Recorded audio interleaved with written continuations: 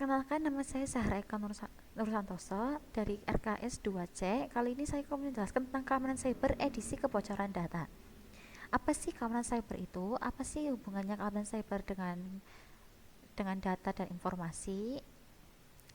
Sebelumnya, keamanan cyber adalah serangkaian praktek teknologi dan proses yang dirancang untuk melindungi sistem, jaringan, program, perangkat, serta data dari serangan digital atau akses yang tidak sah. Serangan ini sering bertujuan untuk mengakses, mengubah atau merusak data, memeras uang dari pengguna, atau mengganggu operasi bisnis. Serangan cyber ini biasanya dilakukan oleh individu maupun organisasi yang memiliki target atau keinginan tertentu. Biasanya mereka bisa melakukannya secara individu atau keinginan sendiri, ataupun dilakukan dibayar oleh seseorang. Hubungannya antara keamanan cyber dengan data dan informasi. Keamanan cyber ini merujuk pada upaya untuk melindungi sistem komputer dan data dari berbagai ancaman digital seperti malware, virus, atau serangan lainnya yang dapat mencuri data ataupun informasi. Serangan cyber dapat menyebabkan kehilangan data, gangguan layanan, dan kerusakan reputasi bagi individu atau organisasi.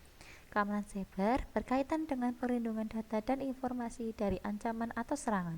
Tujuannya adalah mencegah kerahasiaan hanya pada pihak berwenang yang dapat mengakses data, integritas data tidak dapat diubah tanpa izin, dan ketersediaan data selalu dapat diakses saat dibutuhkan. Keamanan cyber juga melibatkan pemantauan deteksi serta respon terhadap ancaman untuk melindungi data dari kebocoran, pencurian, maupun gangguan. Kenapa sih ini penting? Dari sekian banyaknya ancaman kebocoran data. Diringkas oleh Google AI, BPJS Kesehatan. BPJS Kesehatan pada tahun 2021 terjadi kebocoran data pribadi sebanyak 279 juta peserta BPJS diduga bocor dan diperjualbelikan di dark web. Data pribadi BPJS saja bisa dijual belikan di dark web.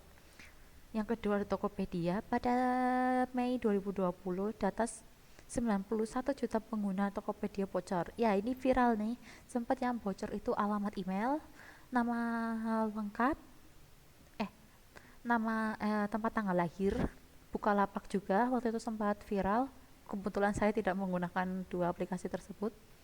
Berikut saya akan menunjukkan 3 web yang digunakan buat memeriksa email ya. Karena yang paling sering bocor itu email ya. Yang pertama ada periksadata.com. Dari tampilannya, nih saya sudah mencoba satu akun yang bernama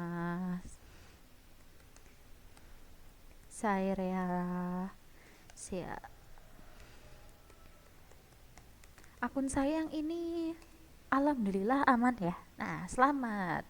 Berbagai insiden kebocoran data yang selama ini terjadi belum pernah melibatkan data pribadi milik kamu. Nah, di website ini kita juga dikasih tahu jika data kamu bocor, ini yang harus kamu lakukan jika telah menjadi korban kebocoran. Ini bisa ya. Yang pertama, suruh ganti password agar lebih aman, verifikasi 2 langkah. Nih, jika kamu merasa kesulitan untuk mengingat password, kamu bisa menggunakan password manager untuk menyimpan banyak. Ini. Nah, jika terjadi kebocoran nih, karena data kamu telah bocor, kamu akan menjadi sasaran dan berbagai akses pembunuhan. Pastikan kamu telah mempersiapkan diri.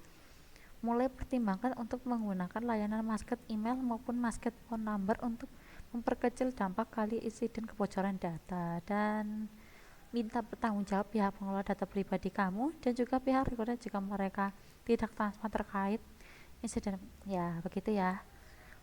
Email saya yang tadi cukup aman kenapa saya menggunakan email tadi? Karena email yang tadi tuh sering saya gunakan buat ngegame, tapi ngegamenya dari web-web yang tidak saya ketahui. Saya tidak tahu itu web resmi atau bukan.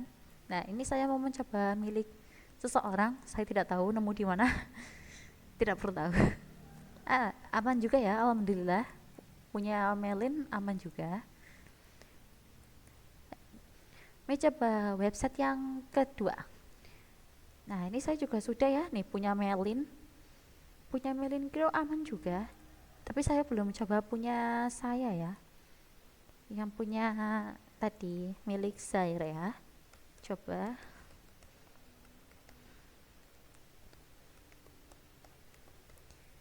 apakah aman juga. Yuk. Aman ya guys, alhamdulillah. Terus mari kita coba website yang ketiga.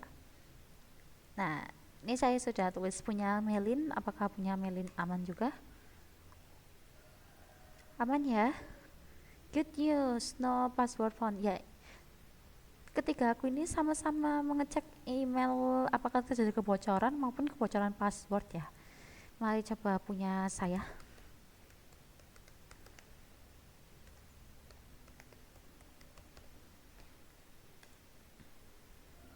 Aman ya, aman semua. Alhamdulillah. Loh, kok nggak ada yang bocor ya? Nah, kita cari email. Seadanya saja ya.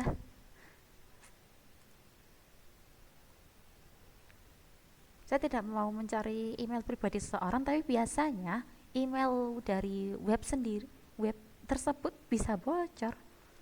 Nah, coba mana ya? Nih, humas. Salah pencet. Humas AM, coba tulis manual aja lah. Humas AM email kominfo ya, kalau nggak salah tadi. Humasmailkominfo.co.id kominfo.co.id. Apakah aman?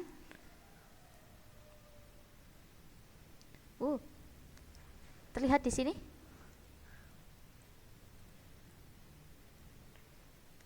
Bisa lihat di sini, humasmailkominfo.co.id telah menjadi satu korban berisiko kebocoran, yaitu Bukalapak ya. Seperti saya sudah beritahu, tanggal 2 di sini menunjukkan nama aplikasinya, tanggal kejadiannya, apa saja yang bocor, email, alamat IP, nama lengkap, dan total data yang bocor di Bukalapak ini ya. Coba kita mencet selengkapnya. Penjelasan singkat. Oh, ini diberitahu penjelasan singkat. Sekumpulan pada 23 Oktober 2017 Bukalapak mengalami kebocoran data. Total keseluruhan data pengguna yang bocor adalah berapa ini? 13.369.666 data. Sekumpulan data yang bocor tersebut kemudian ditambahkan pada 18 April 2019. Berarti selisih 2 tahun ya. Data yang bocor, email, alamat IP, nama lengkap, password, dan username. Nah, ini diberitahu nih, jika data kamu bocor, ini yang harus kamu lakukan. Yang pertama, ganti password. Yang lebih aman, verifikasi 2 langkah. Jika mengalami kesulitan memiliki banyak password, simpan pada manajer password ya. Nah, ini milik Humas ya, karena kedua akun punya saya dan teman saya aman. Mari kita coba punya Humas lagi di web yang kedua. Apakah web kita, karena kita tidak bisa mempercayakan satu web saja, karena tidak mungkin 100% benar ya. Nah, di sini pemberitahuan no password like humas.kominfo.co.id. Nah, tidak ada kebocoran kata sandi. Nih, diberitahu jangan berhenti di sini, kebocoran bisa jadi kapan saja. Nih, di sini juga diberitahu cara kerja, apa yang penting. Nih, juga dikasih berbagai banyak saran ya. Mari kita coba website yang ketiga. Aman semua ini punya saya. Coba punya Kominfo. Siapa tahu tadi sudah ada diberitahu Bukalapak bocor ya. Oh no.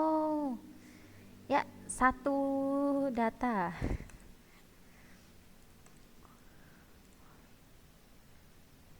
Nah, ya Bukalapak. Pelanggarannya Anda alami. Nih. Sama ya seperti pada periksadata.com, pada HIV PW ini diberitahu bahwa terjadi kebocoran pada Bukalapak, data yang disusupi. Oh, di sini juga dikasih tahu ya, data tersebut data tersebut diberikan kepada HIBP oleh seorang sumber yang meminta agar data tersebut dikaitkan dengan Maxim Taleb. Mengapa kamu perlu belajar cybersecurity? Pertama, untuk perlindungan diri. Kamu pasti memiliki data pribadi yang disimpan di perangkat akun daringmu. Kedua, keamanan transaksi. Dalam dunia yang semakin terhubung, banyak transaksi daring termasuk perbankan atau pembelian. Ya, sekarang banyak orang menggunakan aplikasi jual beli online ya. Dari situ alasan kenapa harus belajar cybersecurity.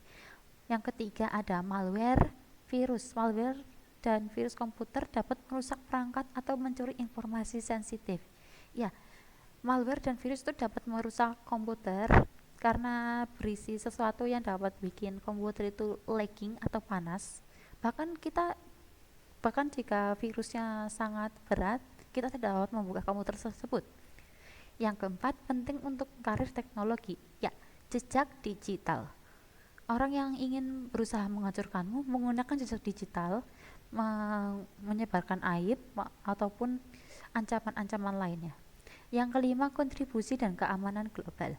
Kejahatan cyber tidak mengenal batas negara.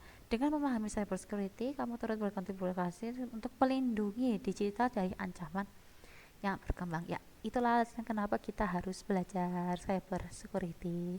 Sekian, saya Sareka, terima kasih.